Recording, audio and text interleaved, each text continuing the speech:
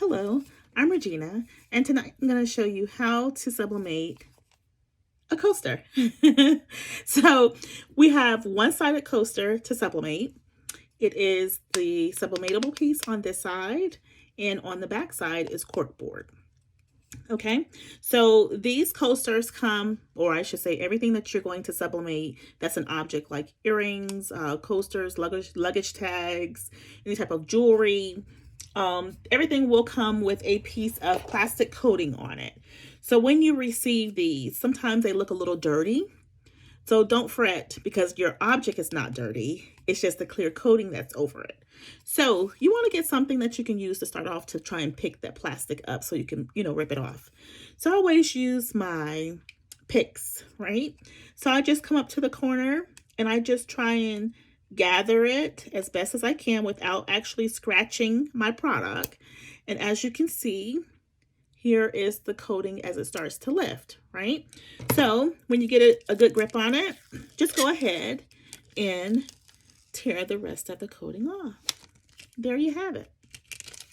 Okay, so now this object is ready to be sublimated. So first things first, we have to figure out what we're going to sublimate on this.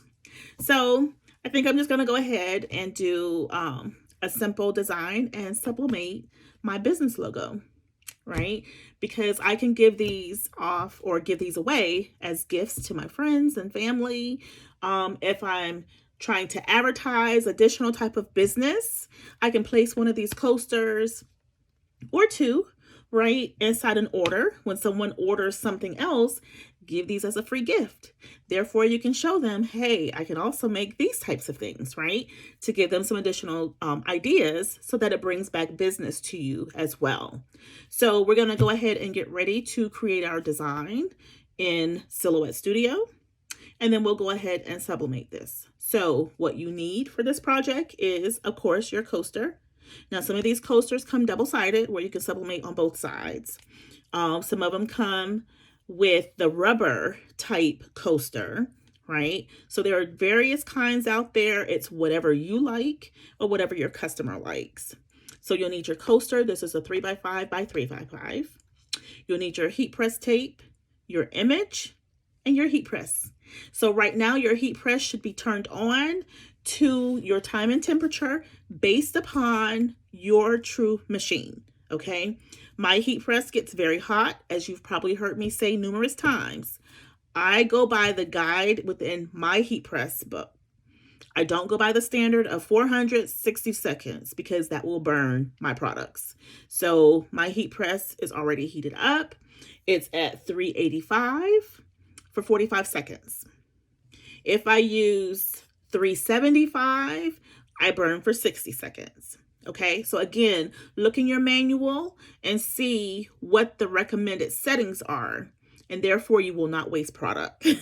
Take it from someone who has wasted quite a bit of product, okay? So we're gonna go ahead and get started with sizing our design, cutting it out, we're printing it, cutting it out, and then doing a heat press on it, okay? Let's get started. Okay, so within Design Studios, or I'm sorry, Silhouette Studios, I use Cricut quite a bit too, and Cricut has Design Space. If you want to use Silhouette Studio, you can download the free software. I have downloaded the free software, and then probably the next day or so, I realized, oh, there are just other things I want to do, like designing rhinestone templates and all other kinds of things. Well, I couldn't do that with the free plan, so I ended up purchasing the business edition. So for you, you're just starting out, go ahead and download the free, get used to it, and then if you want, you can upgrade to the business edition. So what we're going to do is sublimate an image or create an image so that we can sublimate it onto the coaster. So I'm going to go ahead and create my square. Now, some people like to go out there and purchase templates to use, but you have things right at your fingertips where you can create your own object, your size, things like that, so that you don't have to always go out and purchase a template.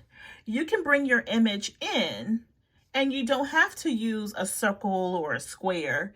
You can just size it to the size of your object from your image and let that be it. So that's what I'm going to actually show you today versus creating a square first and then putting my image within. I'm going to actually design it straight from the actual image.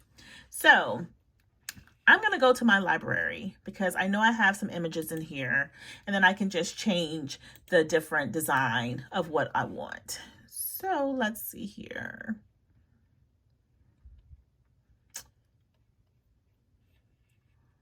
Let's see what I have in here. Okay, I'm going to do the white Hennessy, or actually, I will do the work, play, slay image. And therefore I can give these off to, one of my good friends. All right, so I'm gonna bring this image here. I'm gonna actually resize it. I'm just gonna click on it. I know that my image or my cork is a, what is it? A 3 by 3.5 by 3.5. Now, actually, this image here that I brought in is one of my Tumblr images that I've already sized to the template. I'm going to still use this just to show you how you can bring in a straight image and just resize it for what you want to use. Now, because I want to go over the edge, right, I want to make sure that I am going to color the entire coaster. We know that this is a 3 by 5 by 3.5 by 3.5. So what I'm going to do is make my image at least 3.6 by 3.6. That just gives me some wiggle room to make sure that it's going to cover my true image. So up here in the width, I've made it 3 by 6. I've hit enter. I'm going to tab and then do 3 by 6 again. Okay. So this might print out just a little funky, only because of the size, like how it tapers in. This template that I'm using is for a tumbler that is a tapered tumbler, not a straight tumbler. So as you can see, it goes down and in, right? So because the words are just right here in the center, I have some wiggle room still. So I'm just going to go ahead and drag this out some just to make it, I'll do like 3.8. So I know at least all of this will be covered within the 3.5. Okay. So what I'm going to do is just move this and just copy it because I don't want to waste paper, so I can at least get another print out of this. So if I want to make 2 coasters, then I can have, an extra design so I can give, a pair of coasters to one of my friends, and or like I said before, I can drop one of these coasters down into a an order, right, as I'm preparing it to ship, to give this to them as a gift. Now, my image has already been mirrored. So when you're bringing in images, they will not be mirrored, meaning it's not turned over so that the ink will burn on the opposite side. So it will come in and it looks like this originally, right? And it's going to say work, pray, and slay. So anytime you sublimate, you have to make sure that you flip your image so that when it prints to where it looks like it's on the opposite side. So when you lay the image on the product, it will truly burn it the right way. So I'm going to go ahead and click on the image.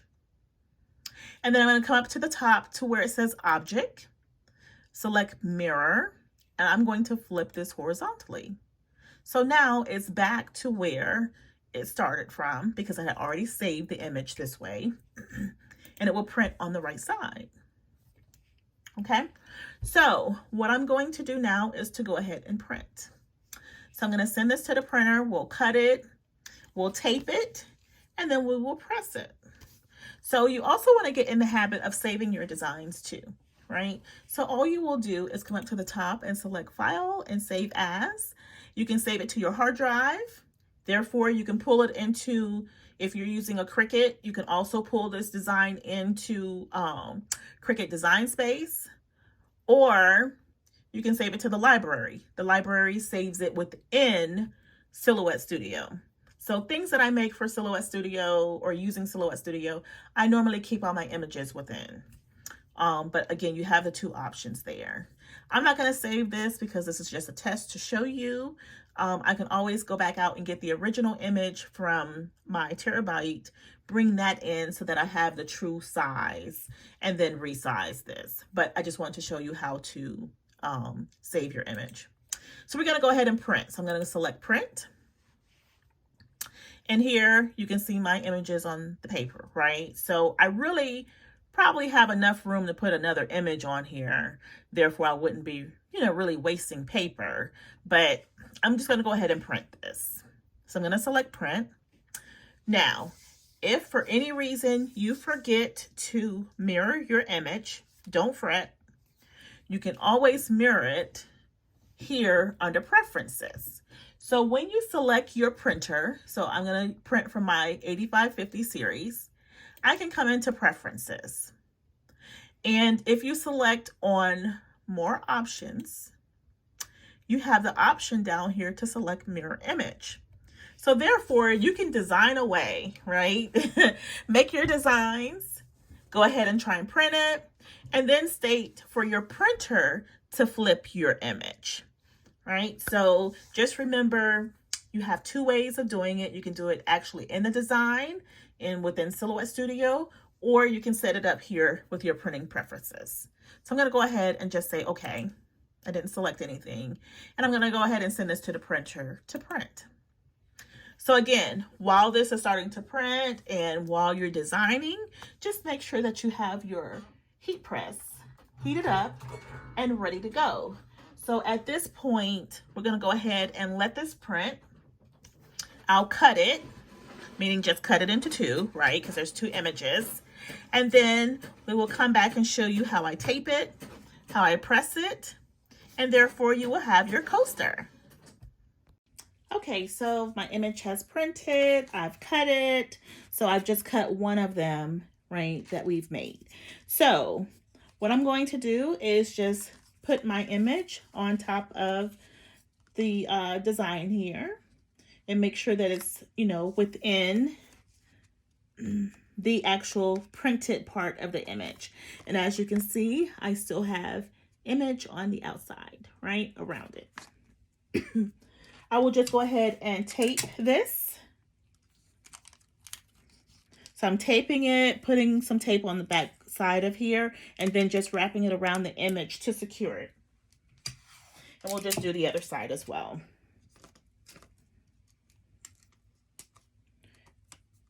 And again, you want to make sure that you're taping your images so that if for any reason it starts to shift, it does not move off of your image and cause ghosting. Ghosting will occur if you do not have your images taped down and your heat press shifts your image. It makes it look like it's smeared, and that's called ghosting. So I've put a piece of butcher paper down on top of my mat because I want to preserve my mat, right? Because we know that we have some excess ink. I don't want that to get onto my mat and then damage my next thing that I want to go ahead and sublimate. I'm also going to put a piece of butcher paper on top. Now, there is butcher paper out there that you do not have to put, there is sublimation paper out there where you do not have to put butcher paper on top of your item because it won't bleed through.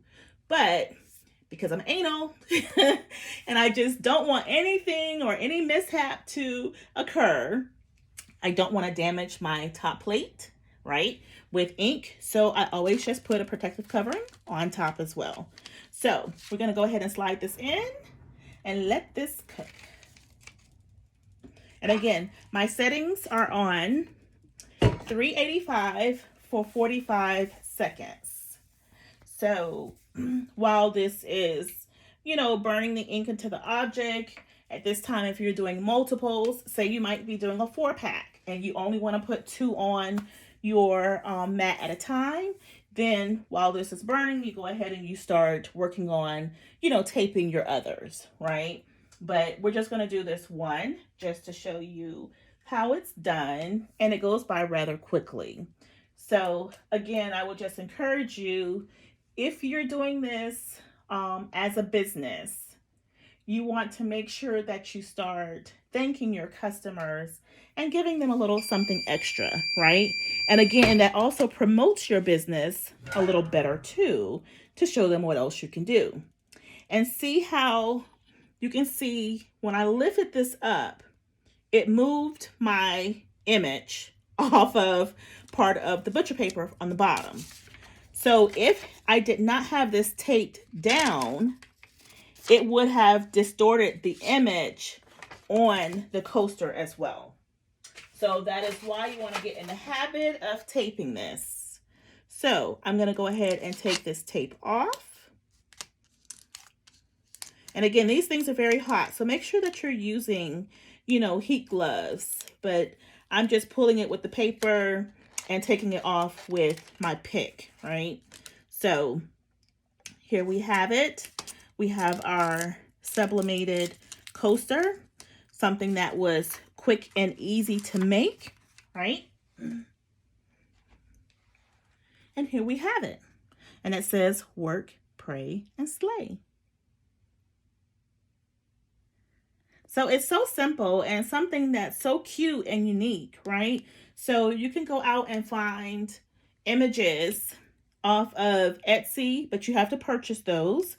Or you can go and Google images, and there are some free images out there. There are free backgrounds and things like that. So if you want to make your own background, you can, go out there and find a nice colorful background and then put whatever words you want to put on it. So you can personalize this and put a family's name on it or a special quote, Bible verses, what have you. Pictures, you can put someone's picture on here. So there are many ways to do these coasters. So it's quick and easy, as I've stated, right? So again, make sure you pull your protective coating off, print your image to size, tape it around, place your butcher paper on your mat and your butcher paper on top, and press.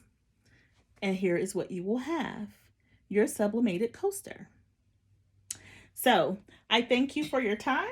If you have additional questions and or concerns, as always, please don't hesitate to reach out to me and ask, and I will assist you in any way that I possibly can. Thank you so much and have a great evening.